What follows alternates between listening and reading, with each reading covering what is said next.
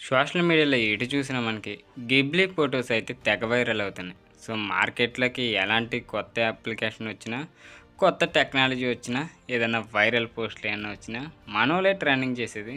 So, Hawaii ఈ మియాజుకి studio, Ghibli studio అంటారు దీన్ని. ఇది ఎలా స్థాపించారు? దీని గురించి అసలు ఎందుకు హయ హనాయో మియాజాకి బాధపడుతున్నాడు? సో, తన జర్నీ ఏంటి? అసలు ఇది ఇప్పుడు కొత్తగా వచ్చిందా? లేకపోతే ఎప్పుడో ఉన్నదా? సో, లేటెస్ట్ చాట్‌జీపీటీలో ఈ ఫోటోస్ తెగ వైరల్ అవ్వడానికి గల కారణం ఏంటి?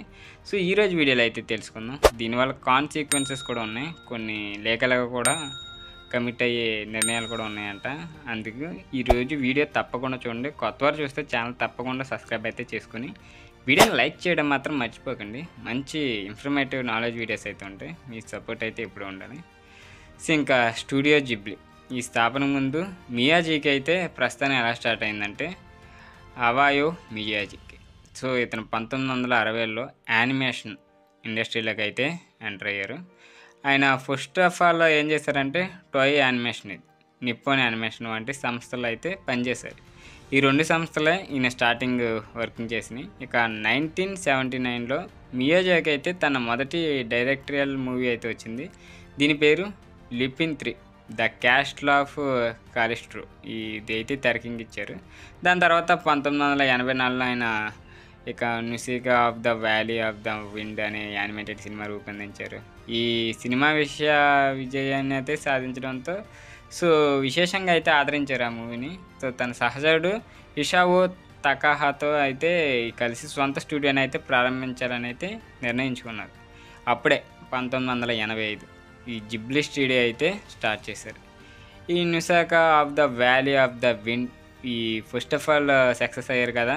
ఈ ప్లాన్‌తోనే మియాజీకి, ఇసావో తకహాతా, నిర్మాత తోషియో సుజుకి కలిసి 1985లో ఈ స్టూడియో గిబ్లీని అయితే స్థాపించారు. గిబ్లీ అనే పేరు ఇటాలియన్ విమానం నుండి అయితే ఇన్స్పిరేషన్ తీసుకుని రూపొందించారు. దీని అర్థం ఎండిన భూములను దాటే వేడిగాలి అని అర్థం. అంటే హాట్ డెసర్ట్ విండ్, ఇది గాలి. ఇది ఫస్ట్ అయితే Laputa castle in the sky 1986. So, first మూవీని అయితే నిర్మించారు ఈ జిబ్లీ స్టూడియో. దాని తర్వాత మై నైబర్ టోటోరో ఇది వచ్చేసి 1988. సో, ఈ జిబ్లీ లోగో కూడా మారింది తర్వాత. కెకిస్ డెలివరీ సర్వీసు 1979. ఇదైతే చాలా సక్సెస్ అయింది. Fantasy animation movie. And princess Monaco ఇది 1997 జపాన్లో అత్యధిక వసూళ్లు సాధించిన చిత్రం కూడా ఇది. ఇక స్పిరిటెడ్ అవే ఇది 2001లో అయితే ఈ సినిమా ఆస్కార్ అవార్డు కూడా వచ్చింది. బెస్ట్ యానిమేటెడ్ ఫీచర్ గెలిచింది ఇది కూడా. హౌవిల్ మూవింగ్ క్యాస్టిల్ ఇది 2004లో మరో విజయం సాధించిన మాయాజాలం స్టోరీ ఇది. తర్వాత ఇక జిబ్లీకి సంబంధించిన చాలా ప్రత్యేకతలు కూడా ఉన్నాయి. హస్తకళతో అంటే హ్యాండ్ డ్రాన్ యానిమేషన్ అయితే ప్రాముఖ్యత ఇవ్వడం, and natural fantasy and emotional stories, digital టెక్నాలజీకి మించిపోయేలా అయితే మానవీయత అయితే జోడించడం. ఇక మియాజీకి ప్రేరణ ఎలా వచ్చిందంటే హవాయో మియాజీకి ఎన్నో సమస్యలు ఎదుర్కొన్న ఆయన కథలు, కళను ఉపయోగించి ప్రపంచాన్ని అలరించగలిగారు. ఆయన ఊహా శక్తి ఎక్కువ, డెడికేషన్ కారణంగానే జిబ్లీ స్టూడియో ఇప్పుడు ప్రపంచవ్యాప్తంగా అత్యంత గౌరవనీయ యానిమేషన్ స్టూడియోగా అయితే ఉంది.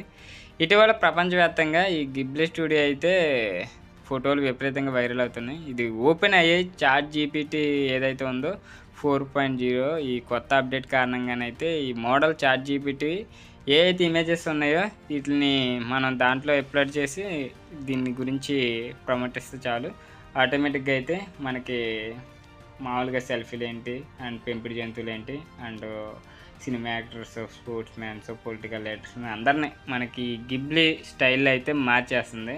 అంటే యానిమేటెడ్గా అయితే మనకు మార్చేస్తుంది. దీని గురించి కూడా ఈ సీఈఓ అయితే చాలా బాధపడుతున్నాడు. అండ్ అంతేకాదు ఇవి సోషల్ మీడియాలో అంటే ట్విట్టర్, ఇన్స్టాగ్రాము, ఈ రెడిట్లో అయితే విపరీతంగా అయితే వైరల్ అయిపోతున్నాయి. చాలా బాగా వైరల్ అవుతున్నాయి. హ్యాష్ ట్యాగ్స్ కూడా యాష్ గిబ్లీ స్టైల్ అండ్ ఏఏ గిబ్లీ ఈ యాష్ ట్రెండ్లు అయితే చేసేస్తున్నారు. ఓపెన్ ఏఐ సీఈఓ కూడా శామ్ ఆల్ట్మ్యాన్ అయితే దీన్ని ట్రెండ్లో కూడా పాల్గొని ఈ గిబ్లీ గురించి ఈ మూవీ ఈ ఫొటోస్ అయితే ఉన్నాయి ప్రొఫైల్ పిక్చర్గా కూడా మార్చుకున్నారు. ఈ వే ఆఫ్ స్టైల్ ఇది. సో, ఈ ఏఐ ఉత్పత్తి చేసే విషయాలు అయితే కాపీరైట్ వివాదాలు కూడా ఉన్నాయి. ఓపెన్ ఏఐ కొత్త మోడల్ స్టూడియో ఈ గిబ్లీ స్టూడియోని శైలిని ఎలా నకలు చేస్తుందనే విషయంపై చర్చ కూడా జరుగుతుంది. మరిన్ని ఇంపార్టెంట్ కూడా చెప్తున్నారు. ఏంటంటే కొన్ని కాన్సిక్వెన్సెస్ కూడా ఉన్నాయి ఈ టెక్నాలజీతో అని కూడా. అంటే ఆల్ట్‌మ్యాన్, ఓపెన్ ఏఐ టెక్నాలజీతో అభివృద్ధి చేయడానికి చాలా సంవత్సరాల తరబడి కష్టపడ్డారు. వారి ప్రధాన లక్ష్యం ఏంటంటే సూపర్ ఇంటెలిజెన్స్‌ని అభివృద్ధి చేసి సమస్యల పరిష్కారం చేయడం. అంటే ఉదాహరణకు క్యాన్సర్ చికిత్స అయితే తన తాజా GPT-4.0 అప్డేట్ నుండి ప్రజలకు అత్యంత అంటే ఆసక్తి చూపించింది ఈ గిబ్లీ ఏఐ ఫోటోలపై అయితే ఇదే అయిపోయింది. మెయిన్ అనుకున్నది వేరు, జరుగుతుంది వేరే ఇక్కడ. ఈ ఆల్ట్‌మ్యాన్ కూడా చాలా వ్యక్తీకరించారు. ఎందుకంటే శతాబ్దం పాటు కష్టపడి సూపర్ ఇంటెలిజెన్స్‌ని అభివృద్ధి చేస్తాం. కానీ ప్రజలు నన్ను గిబ్లీ స్టైల్ క్యారెక్టర్‌గా మార్చిన ఫోటోలు పంపడమే పెద్ద విషయం అని సో దీని గురించి బాధపడుతున్నాడు. ఈ గిబ్లీ శైలి ట్రెండ్ వద్ద ఎత్తైన వైరల్ కావడంతో పెద్ద ఎత్తున చాలా వైరల్ అయిపోయినాయి.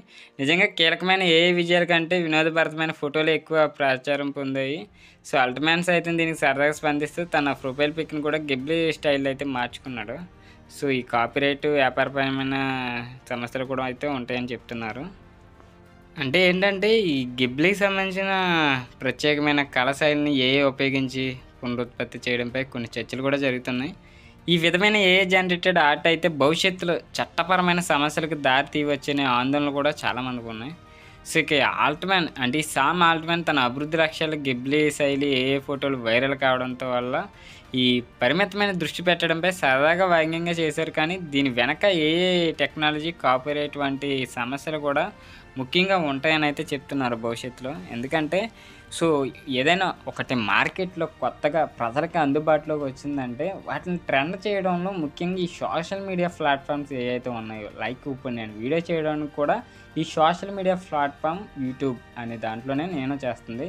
ఇలా ఫేస్బుక్, ఎక్స్ అని అంటే ట్విట్టర్ అని, ఇన్స్టాగ్రామ్ అని, రెడిట్ అని వీటి ద్వారా ఈ ఏఐ ఇమేజ్ జనరేటెడ్ ఈ గిబ్లీ స్టైల్ ఫొటోస్ అంటే మీ ఒరిజినల్ ఎమోషన్ ఒక ఫోటోని మీరు తీసుకున్నారంటే అది ఒక ఎమోషన్ వల్ల తీసుకున్నది అని అర్థం. ఆ ఫీల్ అంతా గుర్తొస్తుంది. మీరు ఇలా ఏఐ జనరేట్ చేయడం వల్ల ఆ ఫీల్ అనేది పోయి ఇంకా హ్యూమన్ ఎమోషన్స్ అవన్నీ టచ్లు అయితే ఉండవు. అండ్ మొత్తం ఈ బొమ్మ ఏ విధంగా రూపొందించి కార్టూన్గా వ్యవహరిస్తుందో సేమ్ మీ బతుకు కూడా అదే బొమ్మ స్టైల్లో అయితే మారిపోద్ది. సో ఎప్పుడైనా మీరు ఒకటి గుర్తుపెట్టుకోండి, మీరు సరదాగా అనుకోవచ్చు కానీ ఇవన్నీ చాలా సీరియస్. ఒక పిక్చర్ దిగుతున్నామంటే దాని వెనకాల చాలా స్టోరీ ఉంటుంది. బట్ ఆ స్టోరీ ఎమోషన్స్ అంతా పోతాయి ఒక ఇలా ఏఐ యానిమేషన్ జనరేటెడ్ వల్ల. సో ఇది గైస్ వీడియో అయితే మీకు నచ్చిందని అయితే నేను అనుకుంటున్నా. సో వీడియో నచ్చితే తప్పకుండా లైక్ చేసి ఇలాంటి ఇన్ఫర్మేటివ్ అండ్ నాలెడ్జ్ వీడియోస్ కోసం మన ఛానల్ తప్పకుండా సబ్స్క్రైబ్ అయితే చేసుకోండి. సో ఇది కొత్త యానిమేషన్ అయితే కాదు, ఎప్పుడూ పాత ఇదంతా.